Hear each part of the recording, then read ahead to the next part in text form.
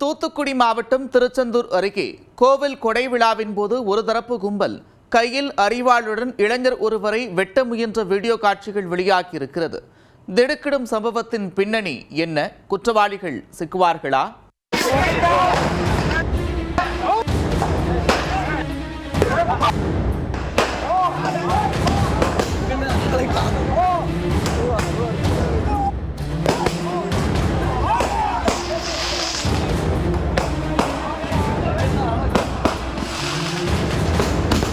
தூத்துக்குடி மாவட்டம் திருச்செந்தூர் அருகே உள்ள நங்கைமுடி கிராமம் அமைந்துள்ளது.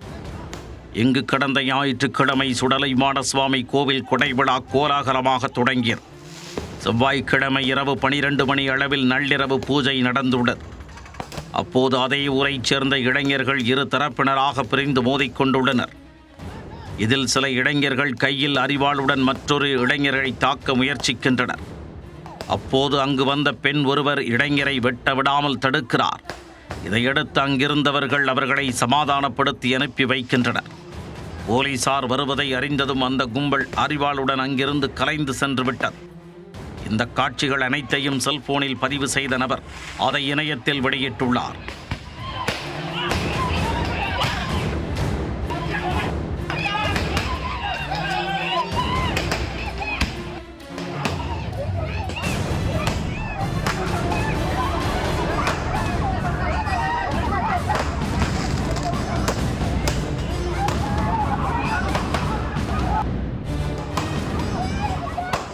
இந்த சம்பவத்தில் அந்த பெண்மணி காயமடைந்ததாக கூறப்படுகிறார்.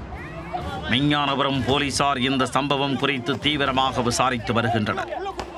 இருதரப்பினரிடையே இதற்காக பிரச்சனை வெடித்தது. அரிவாளுடன் வந்து கொலைவெறியில் ஈடுபட்ட அந்த கும்பல் யார்? எதற்காக இளைஞரை வெட்ட முயன்றனர் என்பன போன்ற பல்வேறு கேள்விகளுக்கு விடைகாண போலீசார் தொடர்ந்து விசாரித்து வருகின்றனர். கோவில் திருவிழாவின் போது ஏற்பட்ட இந்த சம்பவம் அந்த பகுதியில் பெரும் பரபரப்பையும் அதிர்ச்சியையும் ஏற்படுத்தியுள்ளது.